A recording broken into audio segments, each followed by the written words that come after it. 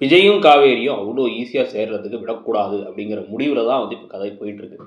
கொஞ்சம் முடிஞ்ச வரைக்கும் டிலே பண்ணிட்டே போவோம், இழுத்துட்டே போவோம். அப்போ தான் சீரியல் மெகா சீரியல் ஆகலாம் அப்படின்னு சொல்லிட்டு இப்போ நடக்க போகிற விஷயத்தில் வந்து பார்த்திங்க அப்படின்னா, முதல்ல எடுத்த உடனே வந்து இப்போ தாத்தா என்ன விஜய் ஃபோனே எடுக்கல, ஸ்விட்ச் ஆஃப் பண்ணியே வச்சிருக்கான் அப்படின்னு புலம்ப எல்லாம் நல்லதுக்கு தான். 4 நாள் வந்து அவன் தனியாக நிம்மதியாக இருந்து அவன் எல்லாத்தையும் மறந்துட்டு வரட்டும்னு பாட்டி பேசிகிட்டு இருக்கும்போதே நிவினும் குமரனும் அங்கே வந்துடுறாங்க.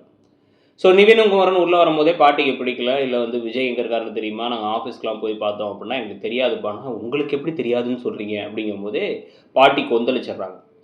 என்ன அப்படின்னா நான் வச்சுட்டே இல்லைங்கிறோமா, என்ன பொய் சொல்கிறோமா, என்ன இப்படி பேசுகிறீங்க, என் பேரனை நிம்மதி இல்லாமல் மாற்றினதே நீங்கள் தான், திருப்பி திருப்பி அவரை நோகடிச்சு அழகழிக்க விடாதீங்க, தயவு செஞ்சு கிளம்பி வீட்டை விட்டு போங்க, நீங்கள் தப்பாக நினச்சாலும் பரவாயில்லன்னு சொல்லிட்டு தாத்தா தடுக்க இவங்க திட்டி கோவமாக அவங்க வெளில அனுப்பிடுறாங்க. இவங்க கிட்டக்க அந்த கர்ப்ப தகவலை இவங்க சொல்லலை. கேட்டால் வந்து விஜயே சொல்லலை, நம்ம சொன்னால் பிரச்சனை ஆகிடும் இப்படி விட்டு தான் எல்லாத்தையும் கதையை எவ்வளோ தூரம் எடுக்க முடியுமோ எடுத்துகிட்டு இருக்காங்க. மற்ற தடவைலாம் வந்து பார்த்தீங்கன்னா சஸ்பென்ஸாக வச்சுருக்கும். இங்கே எல்லாத்துக்கும் எல்லாம் தெரிஞ்சால் கூட அதை யார்ட்டையும் சொல்லாமல் இப்படி மனசுக்குள்ளே வச்சுருப்பாங்க. அவங்களே சொல்லலை, நம்ம ஏன் சொல்லிக்கிட்டு, நம்ம சொல்லாமலே அவங்க வந்து வாழ்க்கையில் சேருவாங்கன்னு நம்ம கனவு மட்டும் கண்டுக்கிட்டு இருப்போம் அப்படிங்கிற மாதிரி தான் இருக்கும். ஸோ இப்போ வந்து பார்த்தீங்க அப்படின்னா இந்த விஷயம்லாம் நடந்துகிட்டு இருக்கும் பொழுது எங்கள் வீட்டில் கங்கா காவேரி கிட்ட கோவப்படுறாங்க. நீ என்ன இருந்தாலும் என்கிட்ட சொல்லியிருக்கணும், நீ வந்து என்ன ஏன் கொடைக்கானலுக்கு வர வேணான்னு சொன்னாங்கன்னா, வயிற்றில் குழந்தை இருக்குன்ட்டு. நீ எனக்கு முன்னாடியே உண்டாயிருக்க, ஆனால் வந்து நீ கிளம்பி போயிருக்க. உன் குழந்தையும் உன் கூட சேர்ந்து எல்லா கஷ்டத்தையும் அனுபவிக்குது. என்கிட்ட சொல்லியிருக்கலாம்ல அப்படின்னா, இல்லைக்கான்னு ஏதோ சமாளிக்கிறாங்க. சமாளித்து உடனே வந்து எங்களுக்கு இருக்க ஒரு கொஞ்சம் நெஞ்ச சந்தோஷமே இப்படி இருக்கிறதான். நான் எல்லாத்தையும் முன்னாடியே சொல்லியிருந்துருக்கலாம் தான். ஆனால் வந்து அப்புறம் எப்படி எபிசோடு இன்னொரு 100 எபிசோடு எக்ஸ்ட்ரா ஓட்டுறதுன்னு முடிவு பண்ணி தான் நான் கொஞ்சம் இழுத்தேன். அதனால கொஞ்சம் என்ன பேக்கு மாதிரி காமிச்சு எல்லாரும் என்ன கமெண்ட்ஸ் எல்லாம் கூட திட்டினாங்க. அதெல்லாம் என்ன பண்ணுறதுக்கா அப்படிங்கிற மாதிரி இவங்க புலம்பிகிட்டு இருக்காங்க. ஸோ இவங்க கிளம்பி முடிஞ்சதுக்கப்புறம் தான் வந்து பார்த்திங்க அப்படின்னா வந்து இப்போ நேராக குமரனும் நேராக வீட்டுக்குள்ளே வந்துடுறாங்க. குமரன் நிவின் அவர் எங்கே இருக்காருன்னே தெரில, அவரை ரீச்சே பண்ண முடியல. அப்படின்னா வந்து அவர் என்னை பார்க்காம இருக்க மாட்டார், என் குழந்தையை பார்க்கணுங்கிறதுக்காக வருவார், ஆனால் அது ஒரு சாக்கு தான், அது பார்க்க வர்றது என்ன தான் அப்படிங்கிற மாதிரிலாம் ஏதோ பேசிகிட்டு இருக்காங்க காவேரி. சரிம்மா அப்படின்னு இருந்துச்சு நமக்கு.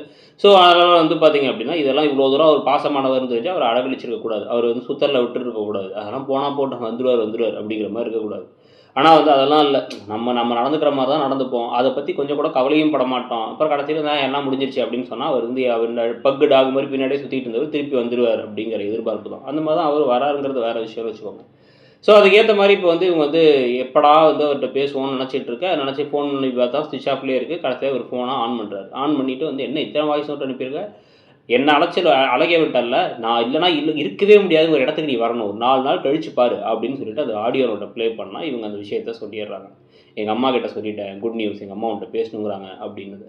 ஓ மை காட் அப்படின்னு சொல்லிட்டு சந்தோஷமாயிடுறாரு. சந்தோஷமான உடனே வந்து ஒரு சரி ஓகே அப்படின்னு கிளம்பி போகலாம் அப்படின்னு முடிவு பண்ணுறாரு. ஆனால் அதுக்கு முன்னாடி ஒரு சர்ப்ரைஸ் வைக்கலாம், வேணுனே வரலங்கிறவன் வம்பிழுத்து விடலாம் அப்படின்னு வந்து பிளான் பண்ணுறாரு. இந்த மாதிரி ஒரு கிறுக்குத்தனத்தை பண்ண போய் தான் இவ்வளோ பெரிய பிரிவே வந்துச்சு.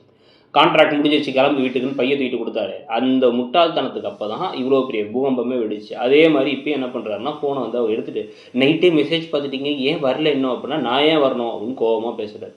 உடனே வந்து அவங்க பதற மாதிரி காமிக்கிறாங்க. அதுக்கப்புறம் நாளை அப்படின்னு காமிக்கிறதுல வந்து பார்த்திங்கன்னா அடுத்து வருவதில் இவர் வீட்டுக்கே ஒரு வழியாக வந்துடுறாரு. ஆனால் இப்போ சாரதா வந்து என்ன சொல்கிறாங்க, கான்ட்ராக்ட் கொடுத்து காசு கொடுத்து கல்யாணம் பண்ணிவிட்டு வயிற்றில் குழந்தைய கொடுத்தா என்னப்பா அர்த்தம், என்னப்பா நினப்பேன் நான் அப்படின்னு பேசிக்கிட்டு இருக்காங்க.